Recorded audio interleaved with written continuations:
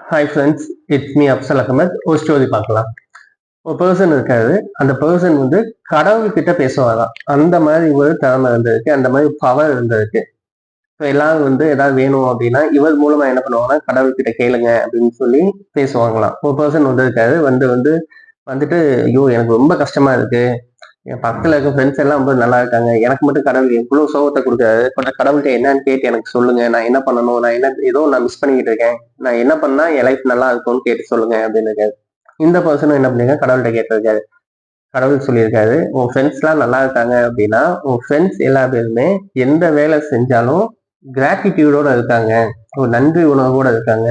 So அதனால எனக்கு அவங்க ரொம்ப பிடிக்கும், அதனால அவங்களுக்கு மோர் பிளெஸிங் நான் கொடுக்குறேன்.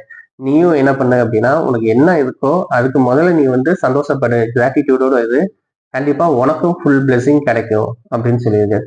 அஃப்கோர்ஸ் இந்த இடத்துல எது மிஸ்ஸிங் அப்படின்னு பார்த்தீங்கன்னா கிராட்டிடியூட் தான். எப்போ நம்ம வந்து அந்த தேங்க்ஃபுல்லோட இருக்கோமோ நமக்கு இன்னும் நிறையா கிடைக்கும். நம்ம கையில் ஆல்ரெடி சம்திங் இருக்கு, அதுக்கு நம்ம என்ன இருக்கணும் அப்படின்னா சந்தோஷமா இருக்கணும் இல்லையா? கையில் இருக்கிற விஷயத்த என்ஜாய் பண்ணாம நமக்கு இல்லாத விஷயத்தையே நம்ம ஃபோக்கஸ் பண்ணும்போது அந்த இடத்துல நம்ம இருக்கிறதும் என்ன ஆயிடுது அப்படின்னா இல்லாமல் போயிடுது. எப்பயுமே கிராட்டிடியூடோட இருக்கும், லைஃப்பை என்ஜாய் பண்ணுவோம். தேங்க்யூ ஃப்ரெண்ட்ஸ், தேங்க்ஸ் ஃபார் வாட்சிங்.